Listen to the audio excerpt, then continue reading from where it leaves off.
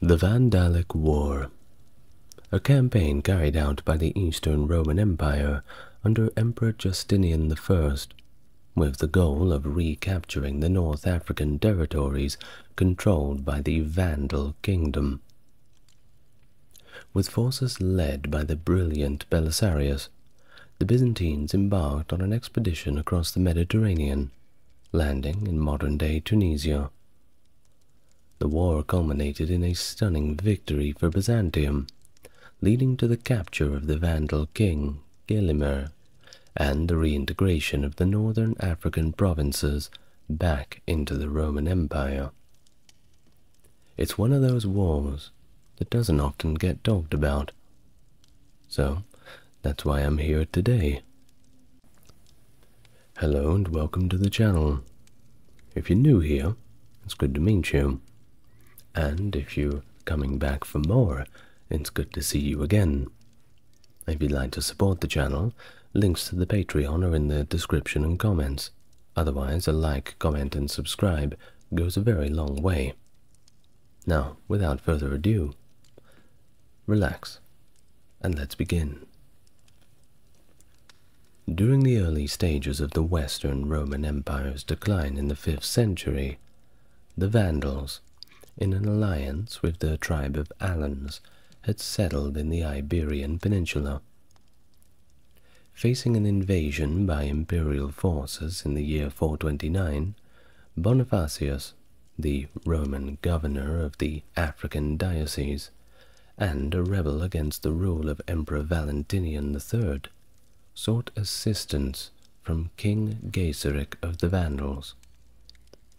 Responding to the call, Gaiseric and his people, numbering around 80,000, came across the Strait of Gibraltar into Africa.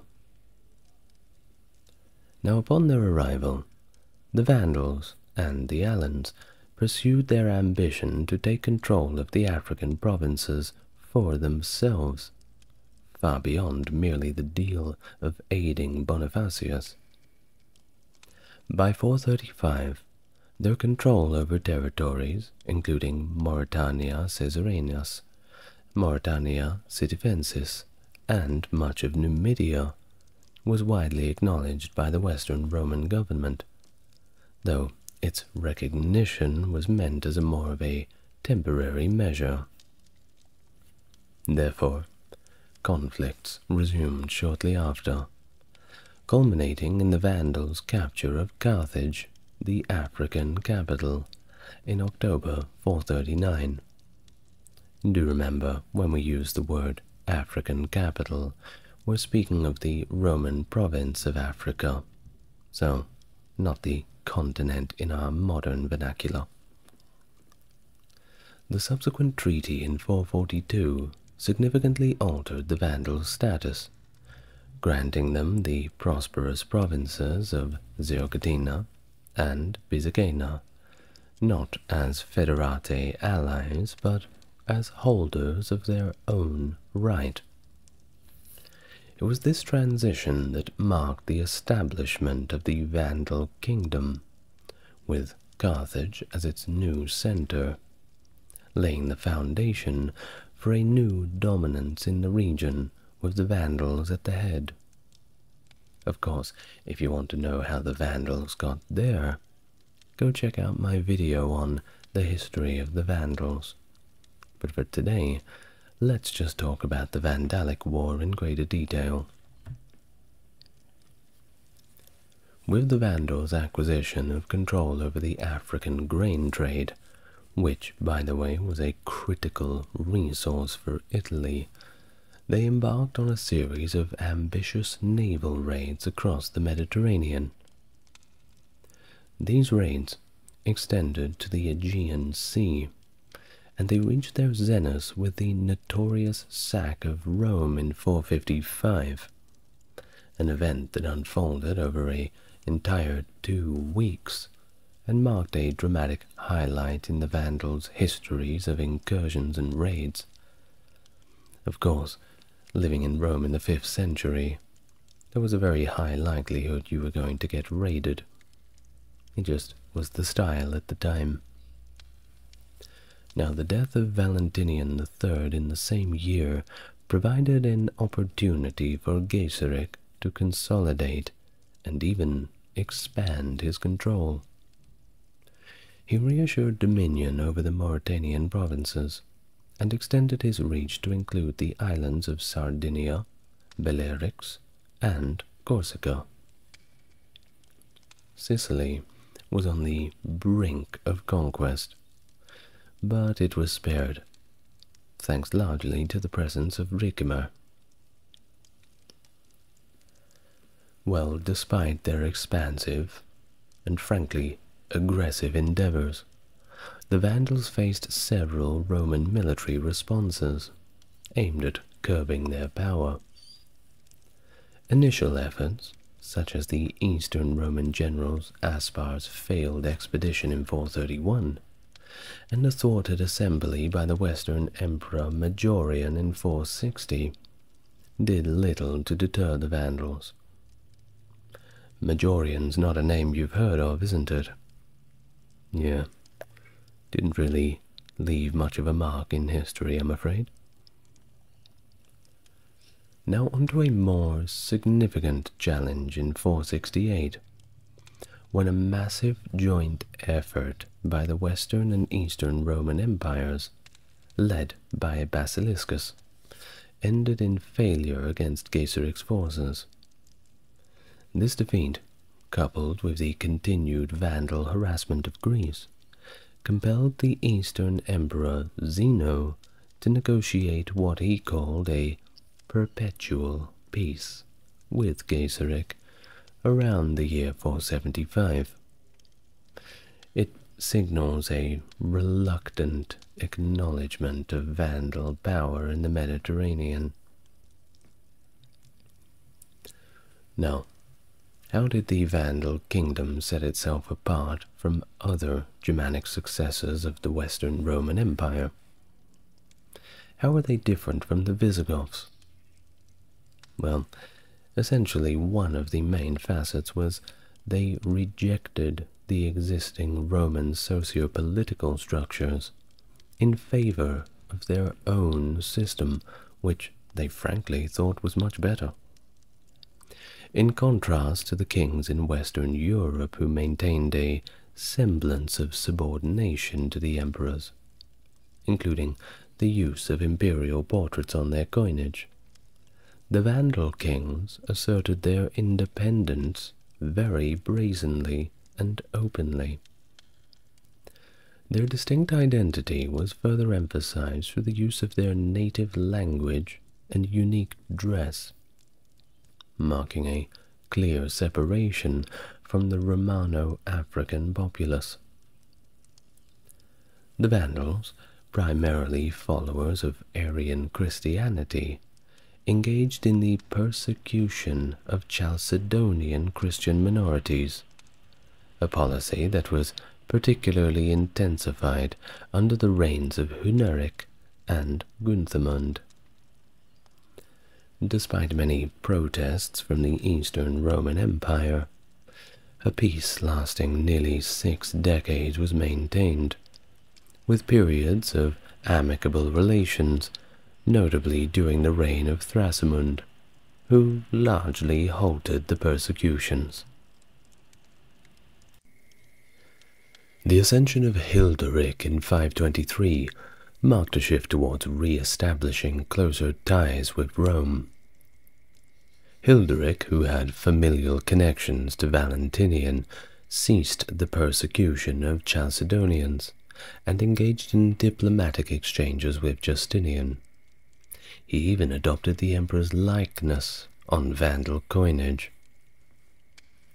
This alignment with Rome, however, coupled with military setbacks, sparked more than little discontent among the elite Vandals, and it led to Hilderic's deposition and subsequent imprisonment by his cousin Gelimer.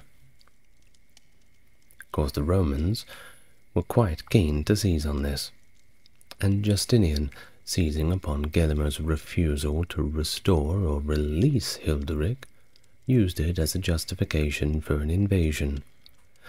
especially after securing peace with the Sassanid Persians in 532. The Byzantine capital's response to the impending war was arguably quite mixed, with memories of the failed expedition in 568 looming very large on people's minds. Financial concerns were also there, and there were also the usual military apprehensions regarding the Vandals' naval capabilities.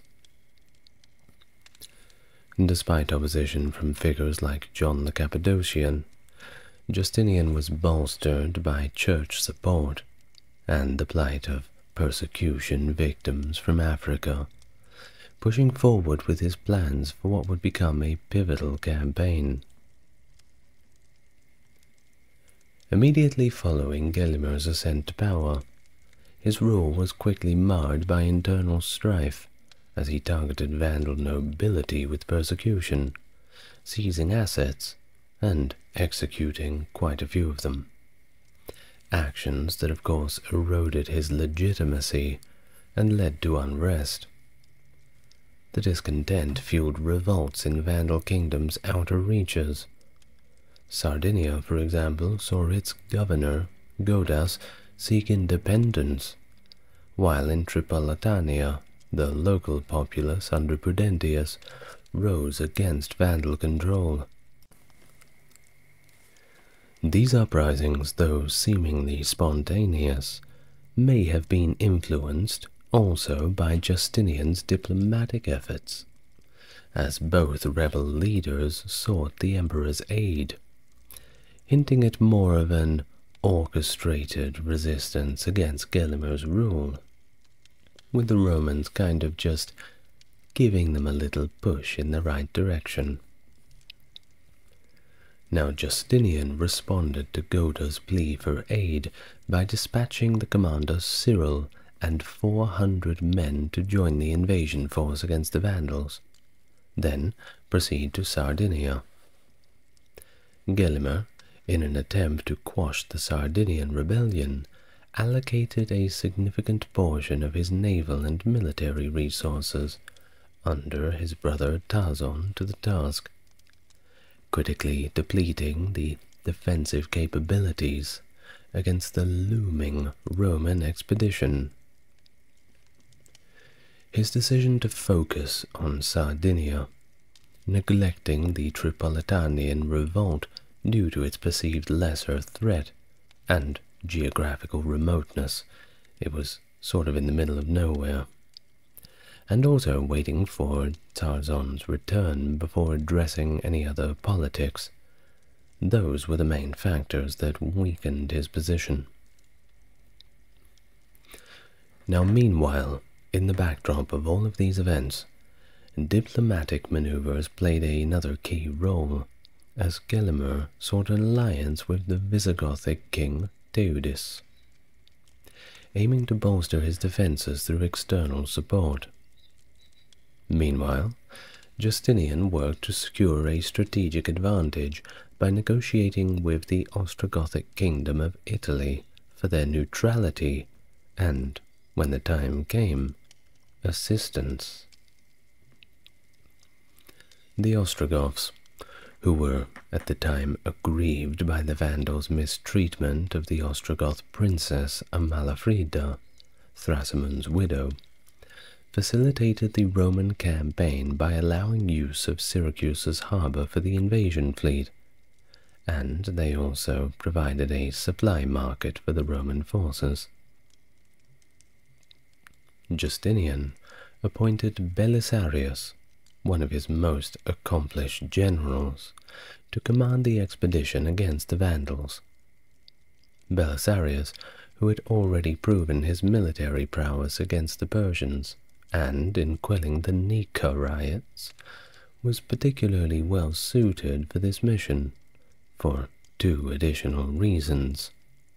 First, his native Latin language skills, and second, his genuine concern for the welfare of the local populations, which ensured quite a bit of disciplined behavior from his troops.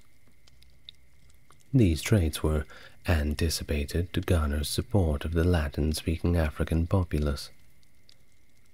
Alongside Belisarius on this campaign were his wife, Antonina, and his secretary, Procopius, who would later chronicle the events of this war.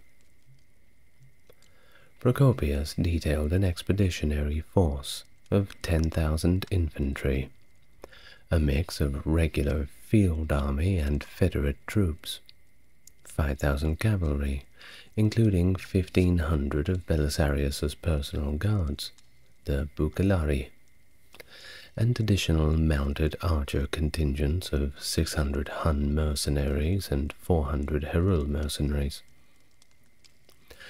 The exact numbers of the Bucellari, the personal bodyguard, within the cavalry figures still remain rather unclear. Either way, this formidable force was commanded by a cadre of very seasoned officers, and transported by a fleet of over 500 ships manned by 30,000 sailors, with protection from 92 warships. So definitely geared up. They were going all in at this point.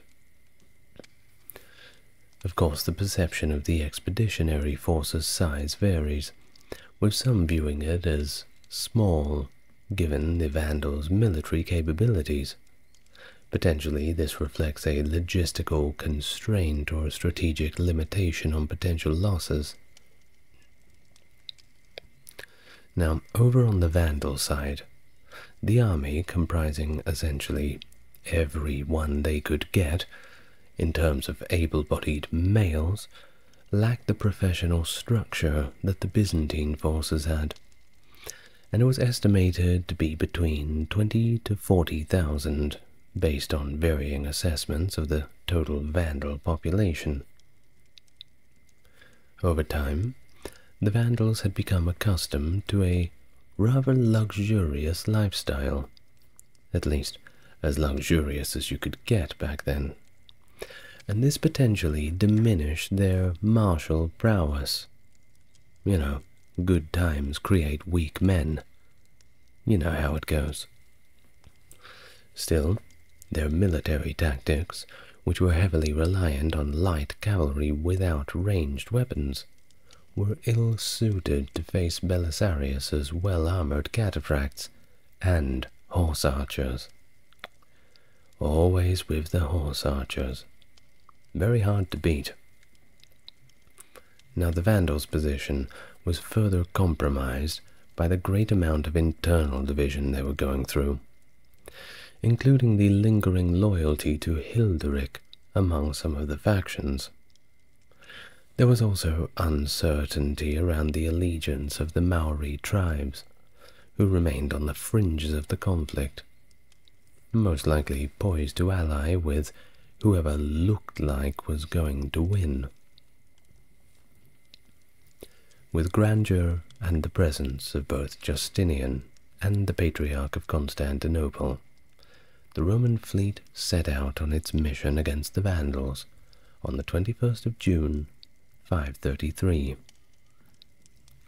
Initially hindered by logistical delays and strong winds, the fleet's journey from the Dardanelles to Methone was marked by preparatory delays for horses and, of course, more unfavorable sailing conditions.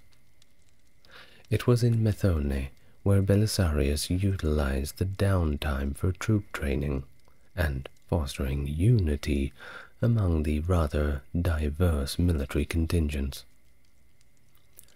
Unfortunately, this period also saw an outbreak of dysentery among the troops. Never a fun time. It was attributed to moldy bread provided by John the Cappadocian in a cost-saving measure. Somewhat ironic, isn't it? Well, Belisarius quickly addressed this situation and allowed for the army's treatment and recovery, and maybe in the future a little less moldy bread. Proceeding from Methone, the fleet navigated the Ionian Sea towards Zakynthos, then crossed over to Italy. The journey there was plagued by additional challenges, including a lack of wind and fresh water, culminating in the fleet's arrival in Catania, Sicily. It was here Belisarius dispatched Procopius to Syracuse to learn more about what the Vandals were doing and their movements, where a fortunate encounter with a merchant revealed the Vandals' ignorance of the Byzantine expedition, and also Gelimer's absence from Carthage. Armed with this intelligence, Belisarius promptly directed the fleet towards Africa, landing near Cape Captivada, significantly south of Carthage. Upon reaching the African shores, Belisarius quickly convened a council, weighing the strategic options for assaulting Carthage. Opting for caution over immediate aggression, he chose to fortify a camp for the night, considering the historical precedents and current military considerations. Belisarius's strategy, of course, extended beyond mere military tactics, and he sent people out to garner up some local support. This was evident when he disciplined troops for minor thefts from a local orchard. He didn't want to disenfranchise anybody. It underscores this necessity of maintaining discipline and respect towards the locals. Of course, after you conquer these people, you'll want them to become willing subjects. It's a lot easier that way. Definitely less complicated. And who knows, if you really impress somebody, they might even open the gate for you if they're on the inside of the city. You never know. Don't write it off. It's happened before. But I digress.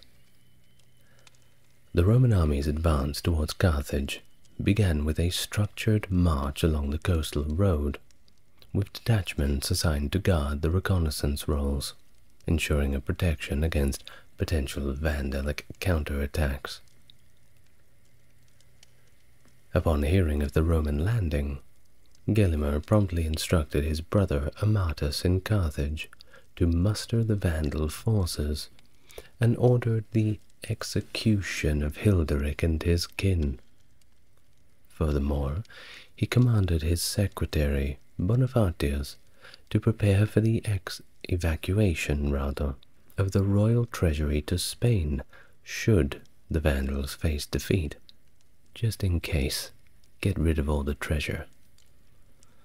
Now, Gelimer's tactical response to the Roman advance was constrained by the absence of his elite troops, who had all gone with Tarzan, compelling him to adopt a strategy of more cautious engagement while preparing for a decisive confrontation near Carthage at Ad Decimum.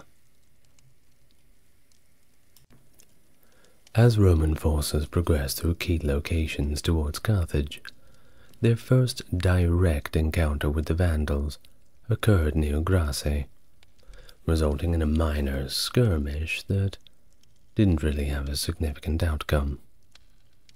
Subsequently, Belisarius led his troops through the perilous Cape Bon Peninsula, momentarily losing the protective oversight of his fleet. Only momentarily, though. They were okay. The confrontation at Ad Decimum unfolded on the 13th of September, under circumstances that were admittedly less ideal for the Vandal side. Due to a miscoordination, Amatus engaged the Romans prematurely, and he got killed while doing it. Critical mistake. While Gelimer's nephew, Gebamund, and his contingent were decisively defeated by the Romans' Hunnic allies. Gelimer's arrival with the main Vandal force initially scattered the Roman vanguard, but the discovery of his brother's body somewhat distracted him, undermining the Vandal offensive.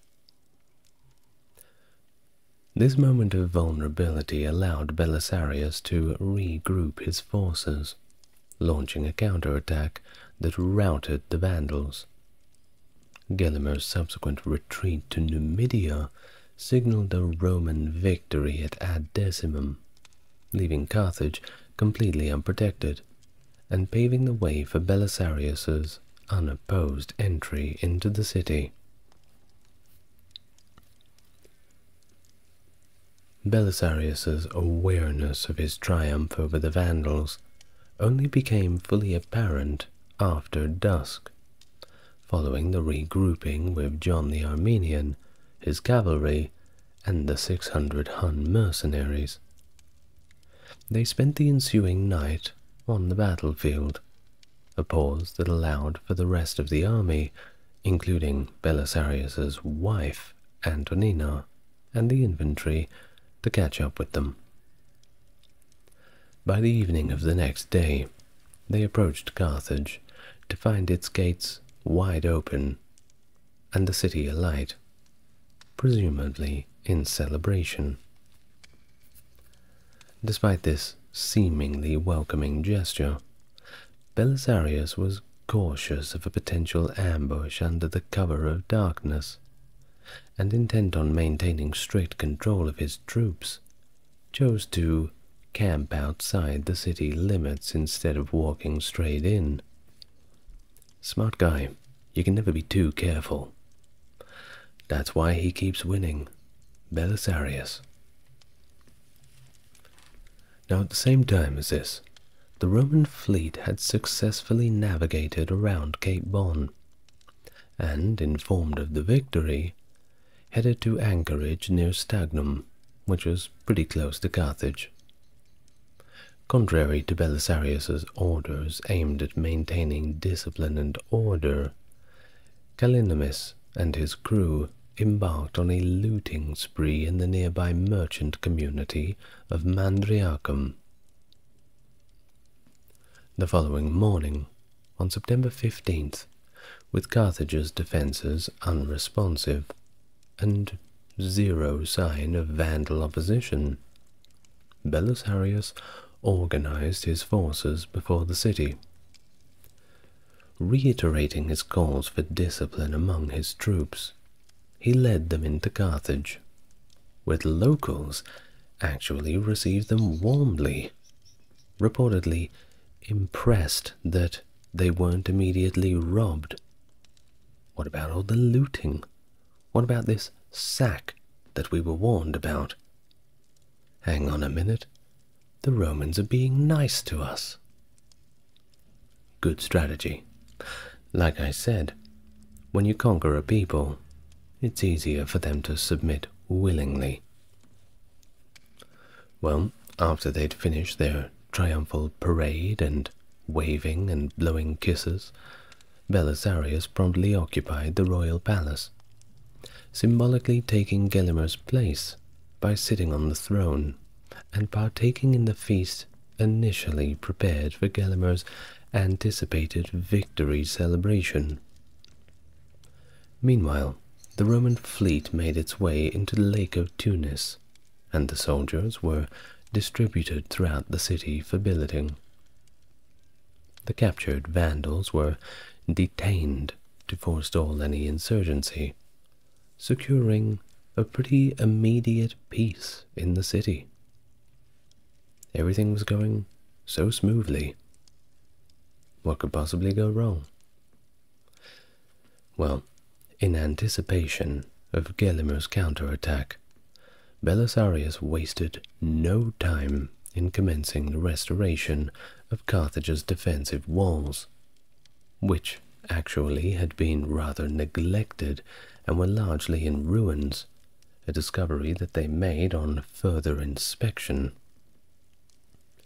Understanding the strategic importance of securing Carthage against a siege, he dispatched Solomon to Constantinople with the news of the victory, all the while preparing the city for a possible attack.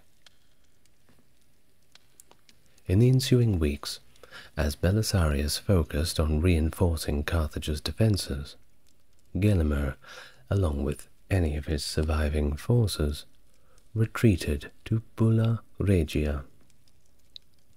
There, by distributing wealth, he solidified the support of the local populace and summoned Tarzan and his troops back from Sardinia, where they had successfully reasserted Vandal control and eliminated Godas. As Gelimer awaited Tarzan's return, his ranks began to swell, with both survivors of the Battle of Ad Decenum and the contingent of Maori allies. Despite this, a significant number of Maori tribes from Numidia and Pisacena chose to pledge their allegiance to Belisarius and the Byzantine Empire instead, and they even offered hostages and requested the traditional imperial regalia in exchange for their loyalty. Belisarius, prepared for such negotiations by Justinian, complied. Hands were shaken, deals were struck, sending the requested insignia and funds, though the loyalty of the Maori remained contingent on the conflict's outcome.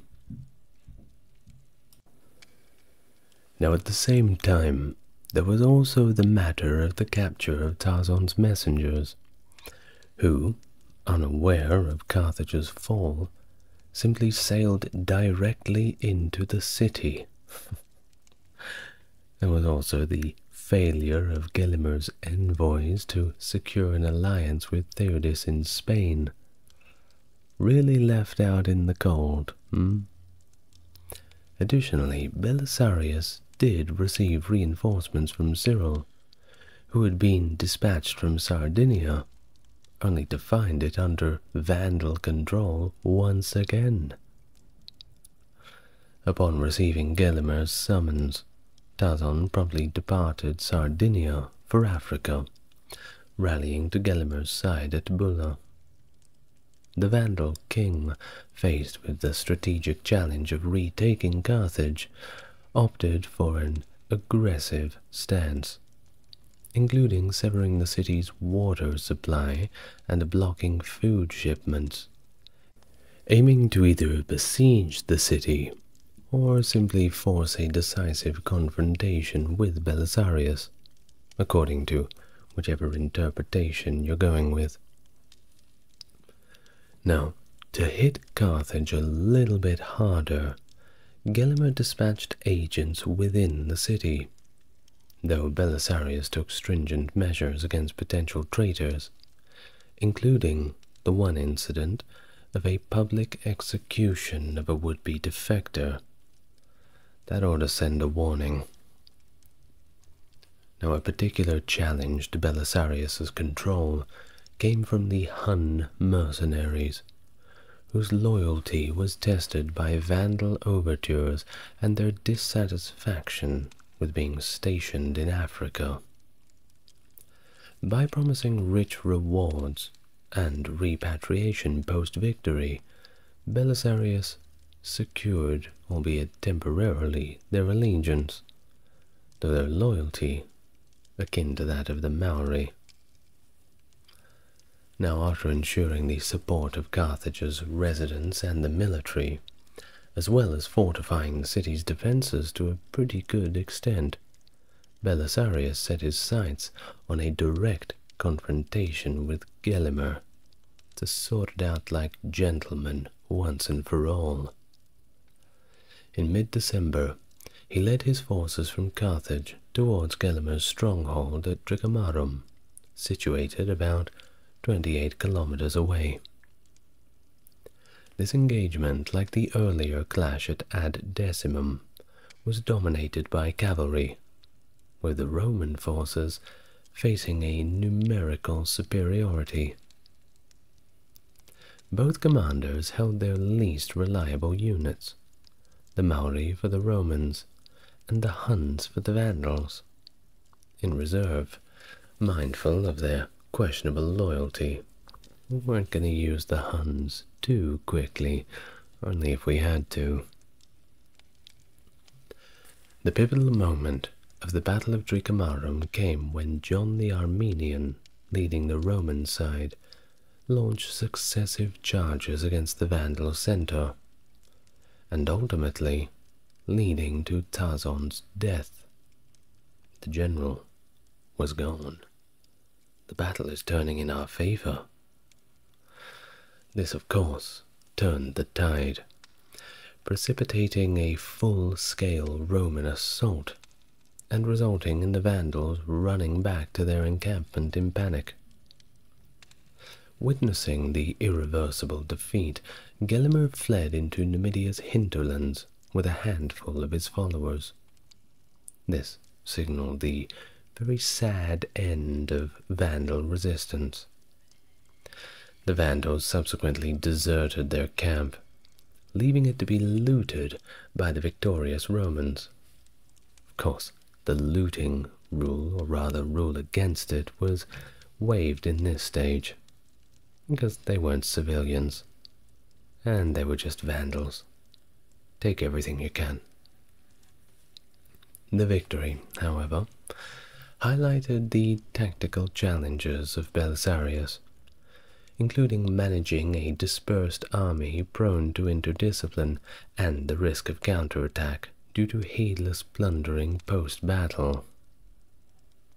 One historian, J.B. Bury, remarked on the outcome's contingency, attributing the Roman success more to fortune rather than strategic superiority, especially given the potential for a different result had the Vandals been led by a more adept commander. But then again, that's just what all the losers say, isn't it? The Romans won. Get over it. But Procopius himself marveled at the war's unexpected conclusion, seeing it as a twist of fate rather than a triumph of military strategy. Well, whichever way it was, in the aftermath of the Battle of Tricamarum, a Roman contingent led by John the Armenian initiated a relentless pursuit of Gelimer, pressing close until an unfortunate accident claimed John's life. This pause to mourn their fallen leader inadvertently allowed Gelimer to elude capture, finding temporary refuge first in Hippo Regius and then in Medius on Mount Papua, where he sought the support of the local Maori population. In response, Belisarius dispatched Pharas with 400 men to blockade Gelimer at the mountain stronghold, effectively cornering the Vandal king. Belisarius himself personally proceeded to Hippo Regius, where Vandals seeking sanctuary ultimately surrendered, lured into surrender by promises of humane treatment and safe passage back to Constantinople. Not a bad deal. In a stroke of luck, the Roman general secured the Vandal royal treasury, intended for transport to Spain by Gelimer's secretary Bonifatius, who was thwarted by adverse weather, and exchanged it for his safety, and a portion of the wealth, of course, according at least to Procopius. Now simultaneously, Belisarius aimed to consolidate Roman control over the far-flung territories of the former Vandal kingdom. Of course, it wasn't just going to stop at Africa now, wasn't it? Key missions were dispatched. Cyril to Sardinia and Corsica, bearing Tarzon's head as a grisly testament to Roman victory. One John to Caesarea, another to the strategic fortresses of Septem and Cadira near the Straits of Gibraltar, and Apollinaris to claim the Balearic Islands. Support was also extended to Triptopolania's provincials, harried by Maori raids. Additionally, Belisarius sought the return of Lilybaeum from the Ostrogoths, a port in western Sicily previously under Vandal dominion.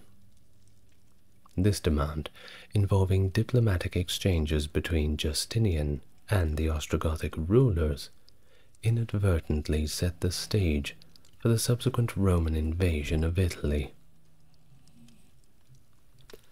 Gelimer's prolonged standoff at Medius saw a daring but unsuccessful assault by Pharas, highlighting the blockade's stringent conditions.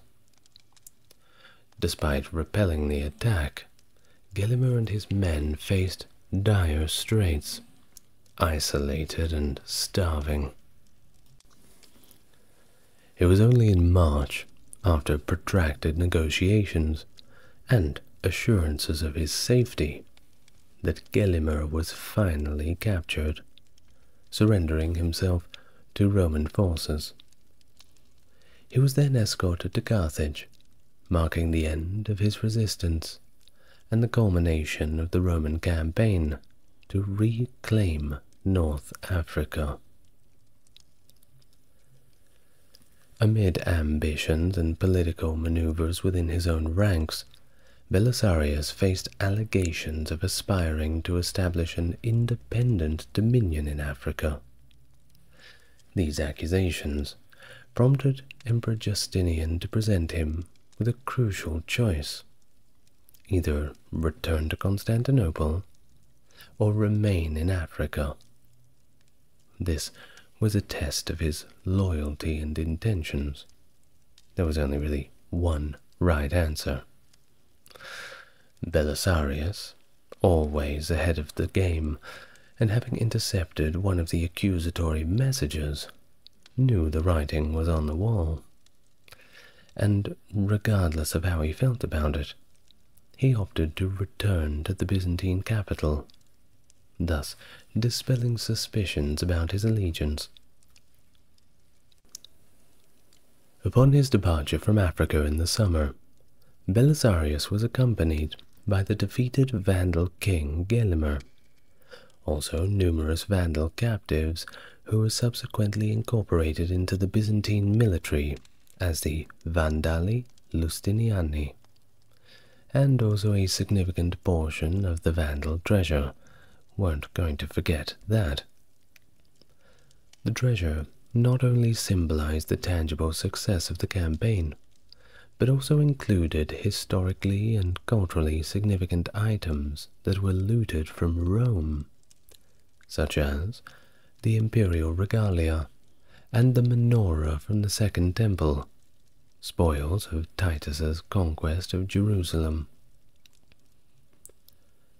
In Constantinople, Belisarius was honored with a triumph, a ceremonial victory not witnessed in the city since its founding, and unprecedented for a private citizen in centuries. This event showcased the extensive loot from the campaign, and featured Gelimer as the star of the show, in a spectacle of Roman victory and barbarian subjugation, replete with symbolic acts of submission before Emperor Justinian. Procopius's account of the triumph highlights the grandeur of the spoils and the poignant moment of Gelimer's grim realization of his fate, framed by his recitation of a verse from the Hebrew scriptures, emphasizing the transient nature of power and fortune. Now Gelimer, despite his defeat, despite being the one who fought the Byzantines, was granted a substantial estate in Galatia, though he did decline elevation to patrician status, as he was unwilling to abandon his Arian Christian faith. Meanwhile, Belisarius's achievements were further recognized by his appointment as consul ordinarius for 535, and this offered him a rare privilege of a second triumphal procession through Constantinople, an occasion marked by ceremonial display and the distribution of those coveted war spoils among the populace. Emperor Justinian was adamant about erasing the Vandal presence from North Africa, aspiring to revert the province back to its state prior to Gaisaric's conquest. This ambition led to sweeping reforms. The Vandals were stripped of their right to hold office, and they weren't allowed to own property. In fact, anyone who did own property had their lands reverted to previous owners. And if you thought that was bad enough, if you were a Vandal man, you were enslaved. And if you thought that was bad enough, if you were a Vandal woman, you were taken away by Roman soldiers. And I don't have to give you any descriptions about that. Now, the religious landscape also shifted dramatically, with the Chalcedonian Church reinstated to its former prominence, and the Arian Church, to which the Vandals adhered to, well, they faced suppression. By April 534, even before Gelimer's capitulation, Justinian had re-established the traditional Roman provincial administration, opting for governance by a praetorian prefect instead of a Diocesian vicarius, reflecting the peculiar status of Africa, isolated from the then Ostrogothic-ruled parent prefecture of Italy. The legions under Belisarius's command remained as the region's garrison, a precautionary measure against potential unrest, overseen by a magister militum along with various regional commanders. Concurrently, a significant effort to fortify the province was undertaken, marking the landscape with numerous defensive structures that persist as archaeological sites to our modern day. Despite the efforts to solidify Roman authority, the empire's grip on Africa was still quite tenuous. Belisarius had managed to secure the coastal provinces, but the interior, well, especially the territories such as Mauritania and Numidia, remained largely under the sway of the local Maori tribes, much as they had during the earlier Vandal kingdom. Initial Maori submission was short-lived, giving way to rebellion against Roman rule. The situation was somewhat stabilized under Solomon, Belisarius's former aide, who faced both success and setbacks, including a significant military mutiny and, ultimately, his death in a battle, which was actually against the Maori. Well, the true extent of Rome's reassertion of control in North Africa is a matter of debate. And if you ask Procopius, well, his accounts highlight the challenges and hardships faced by the local population in the wake of reconquest, pointing to displacement, destruction, and economic turmoil as just a few of the lingering consequences of the campaign. This narrative suggests a more complex and fairly troubled integration of the province back into the Roman fold, marked by the ongoing strife and dissatisfaction. But we all know that the first couple of turns have a public order hit, don't they?